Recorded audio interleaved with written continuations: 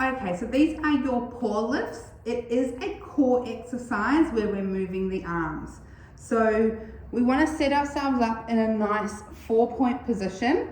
So we're going to get our hips over our knees, our shoulders over our elbows, over our wrists. We've got this beautiful pelvic placement, gentle positioning through that core and activation. Feet and toes can be wherever you like. Toes under is going to give you a little bit more stability than toes untucked. So we're going to do this with our breath work. And while we're here, we're thinking about our beautiful core and lower belly down here.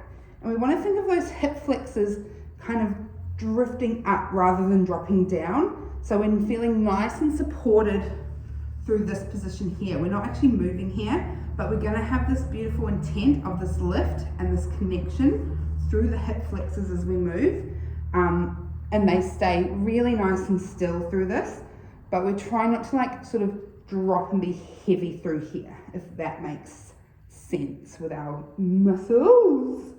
All right, so we're going to breathe in. When we exhale, we're going to lift one hand up, like lifting your paw. That's why it's called paw lifts.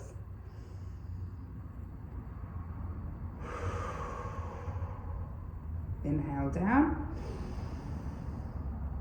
exhale up. And what you might find when you first start this, remember how I was talking about those hip flexors? You might feel as you lift like a push, like a kind of like a drop down, even if you don't see it or someone doesn't see it. I just want you to be aware of that. And as you move on through the exercise, through the weeks, try and get that a little bit lighter and a little bit lifted. So as we are changing sides, there's not as much change through there.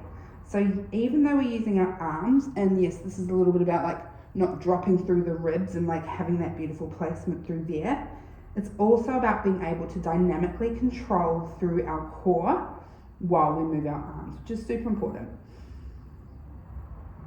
Inhale first, exhale up, inhale down. Sorry, I lost my breath there for a second. Exhale up, inhale down. So you're just going to keep doing those for whatever the recommended amount of reps are.